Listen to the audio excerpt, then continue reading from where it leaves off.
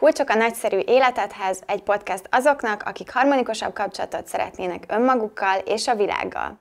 Sziasztok, Barta Zsanett vagyok. Bacsa Hédi. Ez pedig a Kulcsok a nagyszerű életedhez podcast, ahol már megszokhattátok az előző részben, hogy mint páciens és terapeuta beszélgetünk Hédivel, hiszen mi a való életben is ilyen keretek között találkozunk heti egyszer. Ebben a részben a női és férfi szerepek küzdelmeiről lesz szó a munkavilágában. Itt is, mint ahogy az előző részben is, saját sztorikra, példákra, problémákra építjük fel a beszélgetést, amiket én hozok, és erre fog Hédi majd nagyon sok okosságot mondani, és ezzel remélhetőleg sok segítséget nyújtani nektek is, hiszen szerintem ez a téma olyan, ami mindenkit érint így vagy úgy.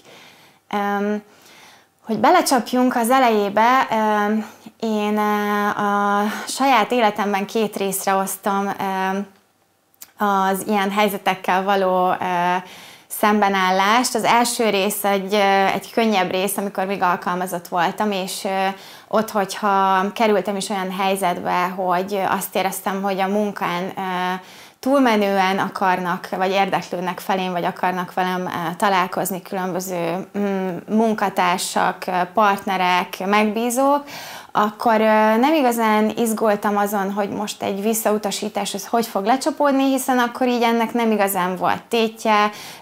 Mögöttem volt ugye a cég, a főnököm, akik nem emiatt, vagy ennek ellenére fognak engem alkalmazni, tehát hogy igazából ott ezt így könnyen tudtam kezelni. Viszont abban a pillanatban, ahogy elkezdtem vállalkozni, először ugye egyéni vállalkozó voltam, egyedül dolgoztam, ott az egyik első projektemnél már azonnal adódott egy ilyen érdekes szituáció, ahol egyébként én annyira megijedtem ott hirtelen, hogy ezt hogy lehet jól kezelni, hogy még azon is gondolkodtam, hogy hagyom a francba az egészet, és hogy én ezzel nem tudok így megbirkózni, hogy lehet ezt jól kezelni. Ott ugye az történt, hogy még a projekt elején, amikor még csak 1-2 egyeztetésünk volt a megbízóval, ő felvetette azt, hogy mi lenne, hogyha mi csak úgy bármiről is beszélgetve elmennénk vacsorázni, vagy ebédelni így külön, hogy jobban megismerjük egymást. És úgy emlékszem, igen, ezt egy e-mailben írta le, és akkor én így olvastam így az e-mailt, és így fogtam a fejemet, hogy úristen, hogy most ez a pasi randizni akar velem, én nem akarok tőle az égvilágon semmit, viszont ugye most szerződtünk le egy 3-4 hónapos munkára, gyakorlatilag én ebből fogok élni a következő 3-4 hónapban, tehát nagyon nagy a tétje annak, hogy most ezt a visszautasítást ő hogy fogja venni, hogy én ezt hogy tudom úgy elmondani, hogy ne legyen ebből probléma, mert hogy ennek most itt tényleg már nagyon nagy a tétje, és az is felmerült bennem, hogy azonnal visszérek egy ilyen üzenetet, hogy hát ez csak munka, és hogy ez nem erről szól, és hogy már pedig fogja vissza magát, és hogy ilyen ügyekben biztos, hogy nem fog találkozni. Szerintem el is kezdtem írni azt az e-mailt, de aztán kitöröltem, és aztán így valahogy így ellavíroztam, meg kimozogtam, tehát hogy így nem érek rá, majd akkor találkozunk, ha munka miatt aktuális lesz, stb. És hogy már ugye akkor hirtelen volt egy ilyen sztori. És szerintem ez egy ilyen nagyon érdekes kérdés, mert hogy biztos, hogy mindenki érintett ezekben a helyzetekben így vagy úgy, akár női, akár férfi oldalról, hogy mi a helyes válasz ilyenkor, hogy akkor meneküljünk el ezektől a helyzetektől? Vagy hogy lehet ezeket jól kezelni? Milyen módszerek vannak arra, hogy ezt úgy csináljuk, hogy a másik fél se legyen megbántva, de közben mi érdekeink is érvényesüljenek, és ne kelljen olyan helyzetbe belemenni, ami nekünk kellemetlen. Ugye a helyes módszerek, helyes voltát, azt mindig a helyzet igazolja, és azt, hogy abban a helyzetben mi a célunk.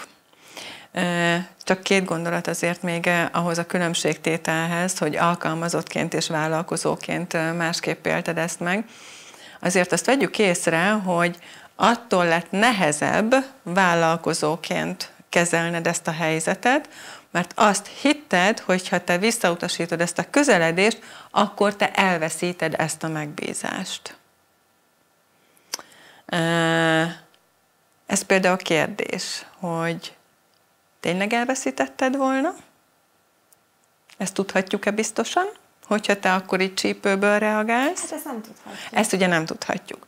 Aztán még azt is gondolhatjuk, hogy valószínűleg benned nem volt még olyan stabil elismerése a saját munkádnak, hogy azt mondtad volna, hogy vagyok olyan jó szakember, hogy én bármikor azt mondhatom, hogy na jó, hát erről szó se lehet, és hogyha tetszik, akkor így, ha nem tetszik, akkor viszont látásra, hiszen ezt a megbízót is én kaptam, nem a csini-vini kis nő, hanem az építész. Aha. Tehát, ha ő neki arra kellenék, hogy randizgatni járjon velem, akkor arra én nem vagyok vevő. És akkor viszont látás, és várom a következő megbízást, ahol tényleg a szakmaiságom az érték. Szóval ez például egy nagyon fontos dolog, hogyha te el tudod ismerni magadat, és nem teszed jelentőségtelivé azt, hogy hú, de hát akkor most 3 hónapig ebből élek, vagy 4 hónapig, akkor már sokkal szabadabb vagy egy ilyen helyzetben. Igen, csak hogy ugye attól függetlenül még jó lenne mit tenni a következő 3-4 hónapban. Abszolút. És én azt gondolom, hogy hogyha te el tudod ismerni a saját értékeidet, szakmai értékeidet is, akkor nem vagy kiszolgáltatva az egyes ügyfeleknek, hiszen ugye mert hogy azt az egyet is, akit jelentőségtelivé tettél, azt is te hívtad be, és őtőle kaptad azt a 3-4 hónapnyi megélhetésnyi munkát is. Ezzel együtt az egy természetes reakciónk, hogy de hát őtőle függ a megélhetésem. És ezt egyszerűen csak vegyük észre. És hogyha az a cél, hogy ezt a megbízást mégiscsak megtartsam, viszont a közeledést azt megfelelően leszereljem, akkor megint csak, mint az előző adásban is beszéltünk róla, saját érzéseinket szükséges előtte letisztítani. Például az, hogy mi miatt rémülök meg egy ilyen közeledésre. Tehát, hogyha valaki oda van tőlem, akkor azt fölfoghatom egyfajta elismerésként is, hogy milyen vonzónak talál, és arra mondhatom azt, hogy köszi, nem. És ez egy nagyon-nagyon fontos dolog, hogy merjünk nemet mondani. Ugyanakkor azt is észrevettem, és ez nagyon sok cégnél ugye egy policy, hogy cégen belül nem szabad ismerkedni, cégen belül nem szabad párkapcsolatot fenntartani. Értem, hiszen az ugye mindig az úgynevezett ilyen szereptorlódás, az megterheli a kapcsolatokat, tehát ott a munkáltató részéről teljesen jogos az a felvetés, hogy hát akkor majd éppen az otthoni vitáikat akarják itt rendezni, és emiatt nem tudnak a munkára figyelni. Ugyanakkor látom ennek az ellenkezőjét is, hogy mondjuk például évekig titokban tartják a kapcsolatukat a munkahelyen, és arra megy el az energiájuk, hogy ezt a titkot, ezt valamilyen módon fenntartsák. És ez megint csak egy ilyen furcsa, meghasított szerephez, vagy működéshez vezet, amikor az egyik szerepet igyekszem a másikkal elnyomni, majd a másikat egy más helyzetben elővenni, és akkor vajon melyikbe hogy is kell viselkedni. Ugye? Tehát ez egy érdekes dolog, hogy vissza ehhez a megbízóhoz, hogy ha kellően magabiztos vagyok, és azt mondom, hogy oké, ezzel együtt szeretném ezt a megbízást, akkor milyen lehetőségeim vannak arra, hogy megfelelő módon kezeljem ezt a helyzetet. Akár például én híve vagyok az egyszerű és tiszta kommunikációnak, akár például lehet azt, amit az előbb mondtam, hogy ezt nem, köszi, minden másban, ami a megbízást illeti, boldogan állok rendelkezésre. De ha ezt valaki mondjuk túl erősnek érzi egy adott helyzetben, ez szerintem függ attól is, hogy mennyire rontott a másik, a megbízó ajtóstul a házba. Ugye, hogyha nagyon direkt a közeledés, akkor arra lehet, hogy érdemes nagyon direkt választ adni. És ez nem bántó, sőt, igazából, ha ezen túlmegyünk, akkor egyszerűen akár még kedvességként is felfoghatjuk, hiszen ha ő úgy kommunikál, akkor valószínűleg ő azokat az impulzusokat érti. Tehát ő neki akkor hiába próbálok halacska módjára kiúszni a helyzetből, lehet, hogy úgy ítéli meg, hogy még riszálja is magát, akkor még erősebben megyek és próbálok őt behálózni. De hogyha valakitől van egy finom utalás, akkor arra lehet, hogy indirekt módon is, de tisztán érdemes kommunikálni. Például mondjuk csak úgy 2 mondat között elejteni, hogy az a következő megbeszélési időpont az nem lesz jó, mert éppen a kedvesemmel programot terveztünk. Szóval ez szerintem attól függ, hogy milyen az a kezdeményezés. Egy biztos, hogy ha úgy érzed, hogy védekezni kell ellene, akkor ott már kiszolgáltatott helyzetbe teszed magadat. Hol hittük el azt, hogy egy férfinak a közeledésére mindenképpen reagálnunk kell? Mármint, hogy az is lehet, hogy akkor nem is reagálunk rá semmit? Egyszerűen nem reagálok rá semmit. Például mondjuk jön az e-mail, hogy akkor ide menjünk, oda menjünk, ezt csináljunk, azt csináljunk. Hogyha csak erről szól az e-mail, akkor erre érdemes válaszolni, hogy köszi, nem, ezt akár kifejteni bővebben. De ha egyébként van egy érdemi része is, már hogy a te szempontodból érdemi része az e-mailnek, akkor lehet, hogy csak arra válaszolsz. Ezt amúgy szerintem csináltam már azóta, nem tudatosan, de mindenféle taktikákat beletettem, és ez is közte volt. Igen, meg ahogy most ezt így mesélted, még az jutott erről eszembe, hogy az nyomja még be nálam a gombot ezeknél a szituációknál, hogy itt azonnal felmerül bennem egy ilyen bizonytalanság, hogy hát akkor ő ugye nem csak azért keresett meg engem, mert hogy ő egy jó csajt akart, aki megtervezi a házát, hanem ugye azért, mert hogy én amúgy jó építész vagyok, meg szakmailag én jó vagyok, és hogy ugye azért keresett meg engem, és nem azért, mert hogy ő most itt több dolgot remélt. Ó, de jó ez, nagyon jó kis felvetés. Igen, ahogy így mondtad, így egyből eszembe jutott, hogy igazából ezért is van ez nekem annyira beakadva, mert hogy ez mindegyik egy ilyen kis elbizonytalanítás a saját szakmai, nem tudom, megítélésemben. Igen. Ugye, ha te nem ismered el önmagadat nagyszerű építészként, akkor könnyen el tudnak bizonytalanítani. Szerintem ez nem állja meg így a helyét, viszont mi van, hogyha éppen azt érzékeled, hogy ő tapogatózik, hogy mennyire vagy te kapható egyéb más dolgokra is, és most meg az jutott eszembe, egyébként megadnád-e neki azt az örömet, hogy akár ő a klubban elmesélje, hogy nem csak szuper lett a házam, amit a Zsani tervezett, de egy állati jó csaj. Öröm volt vele együtt dolgozni. Hát miért ne legyen neki jó, hogy egy szép nővel dolgozik együtt, hogy egy számára vonzó emberrel ül le nap, mint nap egyeztetni. Szóval, hogyha és akkor még egy dolog eszembe jutott ezzel kapcsolatban, ugye, hogy jó építésznek, jó szakembernek látszani, hol hittük el azt, hogy az okosság és a szépség az vagylagos? Igen, amúgy bennem ez van valahogy, annyira külön választom a fejemben ezt, hogy szakma, meg hogy a külsőm, vagy hogy az erre való reakciók, meg a szakmai megítélésem, hogy amikor egy picit így ez így egybemosódik, ugye ilyen helyzetekben, akkor így ezt szét kell venni, ezt nem lehet. Miközben ugye a szakmaiságban is mennyire dominál nálad a szépség, hiszen olyanokat tervezel, olyan tanácsokat adsz a TikTok videókban, és arra hívod fel a figyelmet, ami szerinted szép. Tehát ezzel edukálod is az embereket. Szóval miért is ne legyen az valakinek fontos, hogy az, amit te a munkádban megjelenítesz szépségként, azt ő elismerje a személyedben is.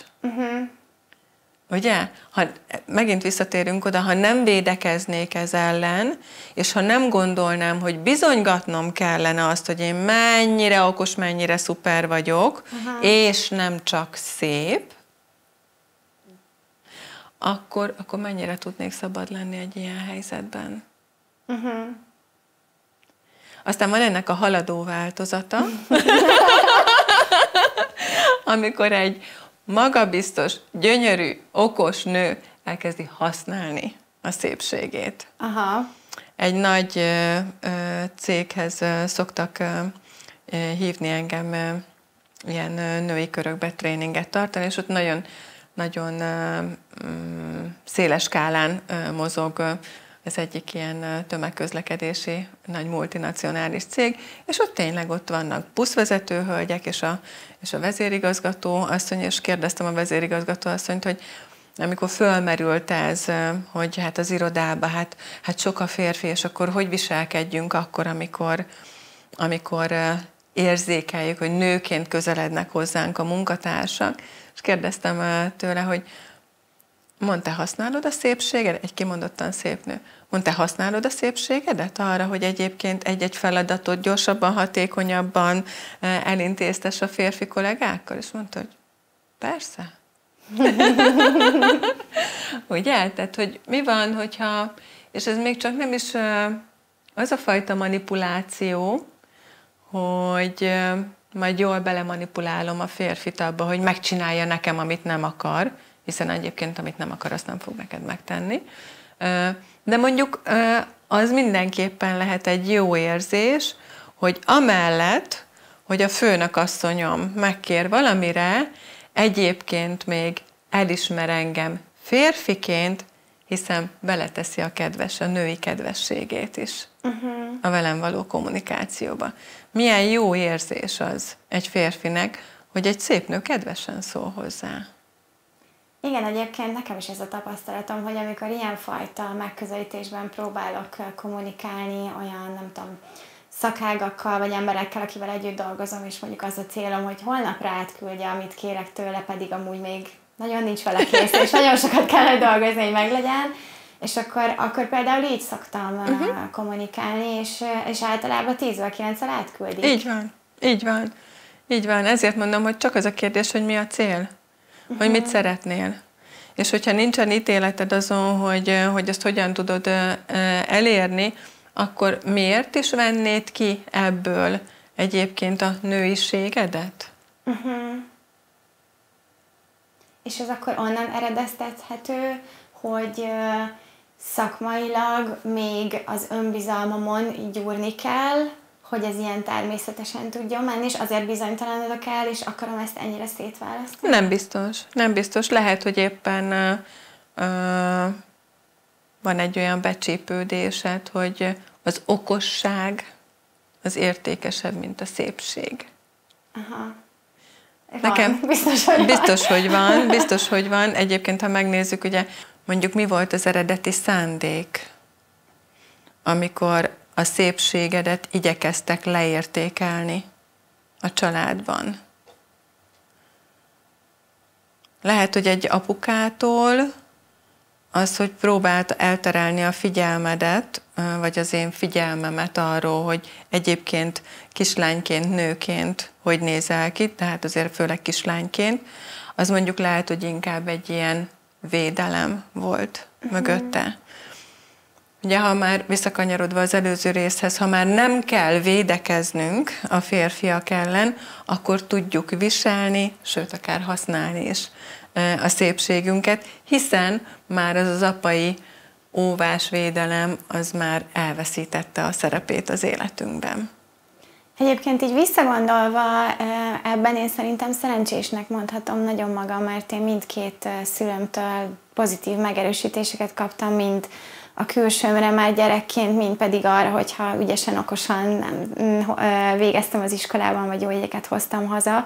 Úgyhogy nekem ilyen emlékem nincsen. Nekem az az első emlékem, hogy amikor valamiben sikeres vagyok, vagy elérek egy jó versenyeredményt, vagy felvesznek egy olyan suliba, akkor azok az emberek, akik nem feltétlenül őszintén tudtak ennek örülni, ők egyből abba is tudtak kapaszkodni, és kapaszkodtak is, hogy hát biztos csak azért sikerült már, hogy te így nézel ki, vagy így öltöztél föl, vagy férfi volt a vizsgáztató, vagy a versenybíró, vagy bármi, és hogy nekem valahogy így a tini koromból, vagy így az iskolás koromból indult el ez a fajta tiltakozás, hogy nem, már pedig az, hogy én hogy nézek ki, annak semmi köze nincs ahhoz, hogy én tanulmányokban, vagy sikerekben én mit érek el, és hogy én senki ne is mossa ezt így össze, és egy ilyen nagyon nagy tiltakozás hozok igazából onnan. Az a kérdés, hogy van arra a hatásunk, hogy összemossák az emberek, vagy nem mossák össze az emberek. Nincsen, ugye? Nincsen. És ha vagyunk olyan nagyvonalúak és kedvesek az emberekkel, hogy megengedjük nekik azt, hogy azt gondoljanak, amit gondolni szeretnének, és azt mondják, hogy ja, biztos csak azért, mert jól nézel ki. Hogyha ehhez nem kapcsolódunk, akkor könnyedén oda mondjuk, hogy lehet. És megengedjük nekik. Igen. Megint csak miről szól ez a vélemény, miről szól ez az ítélet? Arról, hogy ő el sem tudja képzelni, hogy a szépség és az okosság az egy személyben jelen lehet. Hogy csak ez a vagy-vagy. Igen, valahogy ezt szerintem az emberek ilyen igazságtalannak érzik, hogyha azt látják, hogy valakiben mind a kettő megvan, és akkor azonnal megpróbálják húzni lefelé. Igen. Ahelyett, hogy mondjuk például azt néznék, hogy wow, tényleg olyan jól néz ki. Meg még sikeres is. Hát hogy a manóba csinálja? Én hogyan tudnám magamból kihozni azt, hogy jól nézzek ki, hogy sikeres legyek? Hogy csinálja? Ugye itt ez rögtön egy teljesen más attitűd, itt nem kell a másikat leértékelni, hanem lehet használni ezt a lehetőséget, hogy megnézem, hogy mi az, amit ő csinál, ő hogy éri el a sikereit, és vajon, ahogy ő csinálja, az nekem működne-e? Igen, meg ez egy nagyon messzire vezető téma szerintem, és egyébként ilyenen, tehát hogy a másik oldalról is fontos ezt vizsgálni, tehát hogy én is rajta kaptam, meg rajta kapom magam ilyen helyzeteken, hogy mondjuk egy nagyon szép, sikeres, csinos, kedves nővel, hogyha találkozok, szerintem egyszer vagy kétszer volt ilyen élményem, hogy kiváltott belőlem egy ilyen féltékenységszerű, ilyen furcsa érzést, ahol így próbáltam keresni az indokokat, hogy oké, ilyen, de, és akkor, hogy mit lehet oda mondani, és akkor ezzel próbáltam magam nyugtatni. Tehát, hogy ugye mindenki el mindkét oldalon, ez szerintem így fontos, abszolút, így van. Hogy mi is ugyanezeket csináljuk, de hogy kanyarodjunk vissza szerintem a témára, hogy ugye a férfi-női kapcsolatok a munkavilágában, hogy ott az érdekelne még engem, hogy amikor beszélgetünk, és akkor a kommunikációval kapcsolatban, hogy oda tudunk-e erre figyelni, vagy hogy hol vannak a jó határok a kedvesség és a flörtölés között, és hogy ha én csak kedvesen kommunikálok valakivel, de ő mégis flörtölésnek veszi, akkor ez az én felelősségem, akkor én mondtam rosszul, én fogalmaztam rosszul, vagy hogy akkor legyek egy hideg-rideg jégcsap, és akkor ha még úgy veszi, akkor aztán tényleg nem az én hibám, de hogy mi erre így a jó taktika, hogy ezt jól tudjuk kezelni. Szerintem a legeslegfontosabb itt is a hitelesség. A hitelesség az pedig ebben a helyzetben azt jelenti, hogy kommunikáljunk úgy, ahogy nekünk a belső személyiségünkből fakad, ahogy nekünk az természetes. Hiszen a disszonancia az sokkal szembetűnőbb. Tehát, hogyha te alapvetően egy kedves személyiség vagy, aki kedvesen kommunikál, és fölveszed ezt a merev állarcot, annak érdekében, hogy biztosan elkerült, hogy azt érzik, hogy ott valami nem oké, ott valami nem oké. Ez a nő, ez megjátsza magát. És azt nem tudják, hogy mit takargat, de azt érzik, hogy valami nem hiteles benne. És akkor elkezdenek esetleg gyanakodni. Mit akar eltitkolni? Mit akar ezzel üzenni? És ott már félre megy a kapcsolat. Az, hogyha hitelesen kommunikálunk, értem ez alatt mondom még egyszer azt, hogy úgy, ahogyan az nekünk természetes, akkor viszont nem dolgunk kitalálni azt, és tekintettel lenni feltétlenül arra, hogy a másik hogyan fog erre reagálni. Hogy az ő világában az én kedvességem, az pusztán egy kedvesség, vagy ez már több annál és flört. És nagyon jó, hogy azt mondtad, ugye a kommunikáció, tehát hogy ott feltételezi a kommunikáció az interakciót. Tehát, hogy amit hallok, azt valamilyen módon beemelem a világomba, ha tetszik, akkor értelmezem, és azzal kapcsolatban adok visszajelzést a másiknak. És hogyha az én kedvességemet a partner flörtölésnek minősítette, és arra ad nekem visszajelzést, akkor ott a lehetőségem arra, hogy korrigáljak. És ez ennyi. Ez ennyi. Jó, ez így tiszta. Oké. Meg ami még felmerült itt bennem ezzel kapcsolatban, hogy ugye ez nem csak nőként egy fontos téma szerintem, vagy nem csak nőként szembesülhet bárki ilyen helyzetekkel, hanem férfiként is. Abszolút. És pont volt egy ilyen érdekes beszélgetésem még egy kivitelezővel, egy kivitelező férfival, aki mesélte, hogy egy kivitelezésen, ahol dolgozott, ott a tulajdonos megbízó hölgy igencsak érdeklődött iránta, és próbált vele külön programokat szervezni, megpróbált rábeszélni, hogy úgyis sokáig dolgozik, aludjon ott, és hogy...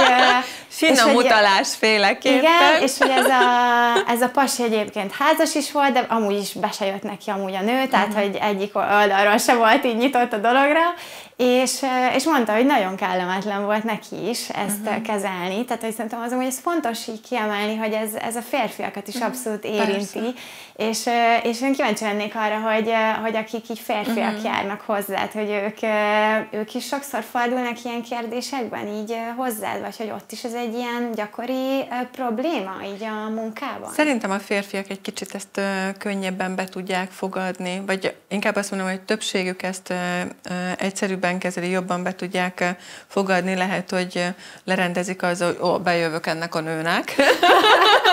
És itt minden tiszteletemmel a férfiak iránt mondom ezt, de hogy pont az a különbség szerintem, hogy ők nem akarnak védekezni ez ellen, és emiatt tudják természetesebben kezelni, és talán ennél a megbízódnál, vagy ennél a kivitelezőnél, akiről beszéltél, lehet, hogy pont az adta a helyzet nehézségét, hogy elkezdett védekezni, sőt, ugye azt gondolta, hogy hát ő a megbízó, ő adja a munkát, ő fizeti a pénzt, a családomat el kell látni, ki kell fizetni a rezsiket, a gyereknek cipőt kell venni, stb. Hát akkor most hogyan ne veszítsem őt el? Ilyenkor biztos, hogy valami olyan kedves megjegyzéshez folyamodnék, hogy hát a feleségem éppen most akar randizni velem. Valami meglepetés vacsorát készít nekem, vagy meglepetés programot. Még a gyerekeket is leadtuk az anyósomnak. Annyira cuki az anyósom, mindig elvállalja, amikor mi külön programot csinálunk a szerelmemmel.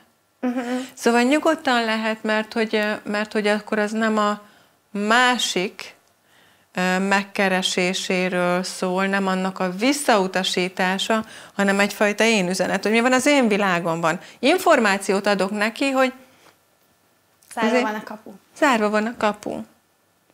Emlékszem, volt egy olyan, hogy régen jártunk a kondorosi úszodába, én főleg csak szaunázni, és 3 kör szauna után mindig az volt a szokásunk, hogy kifeküdtünk oda a lelátóra, a padokra, és szépen ott bele is aludtam, és arra lettem figyelmes, hogy így nem túl messziről egy férfi rám szól, hogy elnézést, nagyon tetszel nekem. Nem baj, hogyha... És egy pillanat alatt így kinyitottam a szememet, hogy aztán rögtön kapcsoltam, hogy tényleg milyen kedves. És mondtam neki, hogy hát én nagyon nagyra értékelem, hogy ő ennyire bátor, és hogy ennyire kedvesen idejött hozzám. Hát az én szívem az foglalt, de hogy annyira sok helyes, kedves nő van itt az uszodában, úgyhogy tényleg én bátorítom arra, hogy nyugodtan menjen oda, hiszen ez jól esik egy nőnek, amikor így elismerik. Ó, de aranyos. És nem volt belőle tényleg sértődés, nem volt bántó. Igazából, hogyha nem kezdek el védekezni, akkor ez egy elismerés. Igen. Igen, milyen érdekes, igen. Én is azonnal ezt kapcsolatban, hogy Aha. Igen, az kapcsolt be nálam igen. is, és valószínűleg azért, mert álmomból ébresztetett egy pillanat, de hogy utána valójában tudtam ezt helyén kezelni, és én arra buzdítok mindenkit, hogy akár nőként kapja ezt, akár férfiként, de hogy elsődlegesen az elismerést halljuk meg ezekből a közeledésekből. És aztán annak függvényében, hogy egyébként szeretnénk ebbe az irányba elvinni a kapcsolatot, akkor lehet választani kedvesebb, határozottabb, finomabb, de mindenképpen fontos, hogy hiteles én üzenetet, tehát hogy rólam szóljon. Ne a másiknak a visszautasítása legyen az üzenet lényege, hanem az, hogy én ehhez tudok-e kapcsolódni, vagy sem. Igen, egyébként így utólag átgondolva olyan egyértelmű, meg olyan tiszta, hogy kell egy ilyen helyzetre reagálni, de ugye amikor attól hirtelen kapunk egy ilyet, akkor így az így lesokkolhat, és nekem azért volt például egy olyan, és ami kíváncsi lennék, hogy erre mit mondasz, hogy erre hogy lehetne jól reagálni, hogy terveztük a házát az egyik megbízónak, és amikor a gardrób szobáról beszéltünk, az volt a kérdés, hogy üvegajtaja legyen a gardróbnak, tehát be lehessen kívülről látni, vagy tömör ajtaja. És az volt a megjegyzése, és nem csak ketten ültünk ott, hanem még egy kolléganőm is ott ült, az volt a megjegyzése, hogyha én öltözködnék ott, akkor ő örülne annak, hogy üvegajtó, mert akkor ő kívülről is látná, hogy én ott öltözködöm. És ott, hát így levert a víz. Hirtelen tényleg azt se tudtam köpni, nyelni nem tudtam, hogy most így erre mit mondjak. És nem is teljesen emlékszem, tehát tényleg annyira lesokkolt, valami olyasmit mondhattam talán, hogy hát de nem én fogok ott öltözni, úgyhogy így arról beszéljünk, hogy te hogy akarod azt az ajtót, vagy valami ilyesmit mondtam, és akkor utána így, amikor ő elment, akkor a kolléganőm így mondta is, hogy fú, de durva volt ez a beszólás, milyen jól lereagáltad. Én megmondtam, hogy tényleg, én meg úgy éreztem, hogy úristen, olyan rosszul reagáltam, és hogy annyira kellemetlen volt ez az egész, és hogy annyira így, mikor ilyen hirtelen kap az ember egy ilyet, hogy akkor hogy lehet erre ilyen higgadtan visszajelzést adni? Vagy szerinted ez például egy jó visszajelzés volt? Szerintem jó visszajelzés volt. Még azt elé tenném, ahhoz, hogy tényleg hiteles tudj lenni ebben a helyzetben, meg hitelesek tudjunk lenni egy ilyen hirtelen, váratlan beszólás kapcsolatban, hogy hát ez most meglepett, hirtelen nem is tudom, hogy mit mondjak erre. És ezzel valóban azt kommunikálod, ami benned zajlik, tehát egyszerűen szólva őszinte vagy, plusz még időt is adtál magadnak arra, hogy rendezd a soraidat, és valami frappáns válaszsal előjöjjél, de szerintem egy nagyon fontos dolog, hogy bátran vállaljuk fel azt, hogy hiszen az is egy visszajelzés a másiknak, hogy én rám hogyan hat az ő megnyilvánulás. Hogy ez lesokkolt. És hogyha ez tényleg egy ilyen erős volt, hogy levert a víz, akkor nem azt mondom, hogy ez most meglepett. Nem, akkor ez lesokkolt. Tehát akkor vagyok hiteles, hogyha a bennem zajló folyamatot a megfelelő intenzitásával adom vissza neki. És akkor lehet, hogy ő azt egyébként úgy kommunikál, de mondjuk visszafúzza a zagarakat azért, hogy szegényt, ezt most megijesztettem, pedig csak kedves akartam lenni. Ugye ez az, amiről az előbb beszéltünk, hogy hát a kommunikáció az interakció, tehát feltételezi azt, hogy a kapott visszajelzéseket, azokat beépítsem a következő megnyilvánulásomba. Jó, akkor majd így fogom kezdeni az ilyen helyzeteknél. Most ez nagyon lecsapott. És akkor addig lesz időm átgondolni, hogy miket válasz.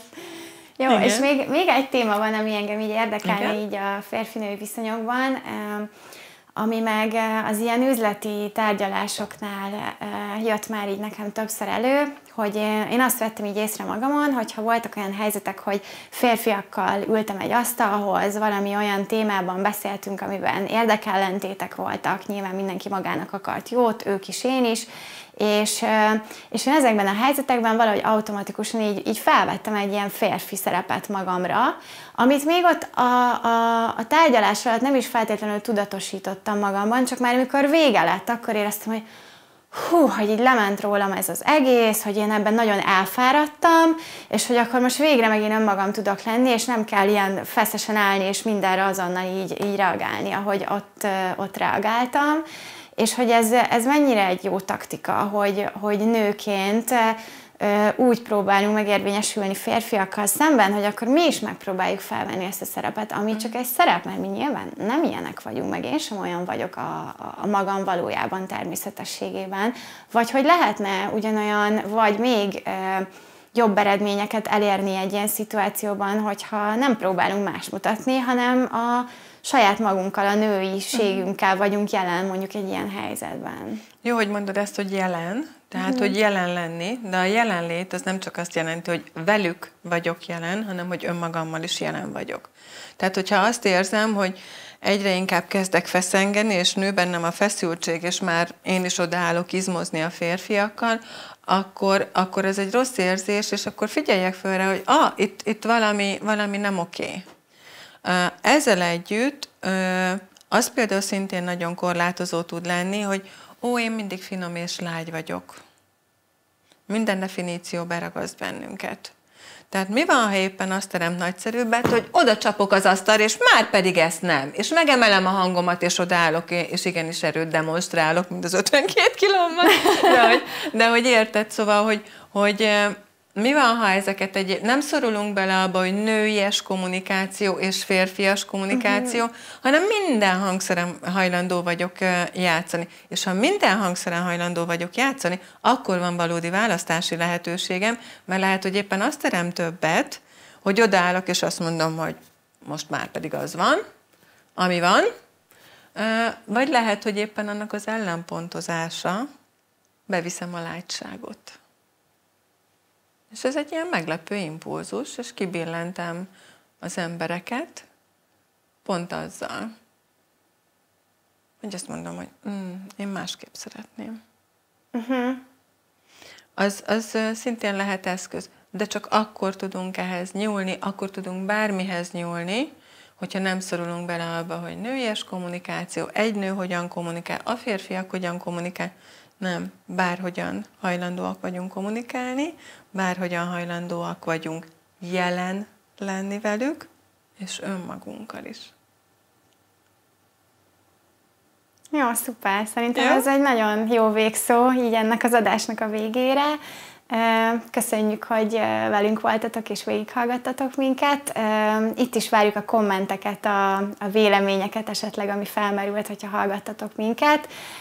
A tippeket is várjuk, hogy milyen témákat szeretnétek még, hogy feldolgozzunk majd a jövőben. Kövessetek be, iratkozzatok fel. Sziasztok! Sziasztok!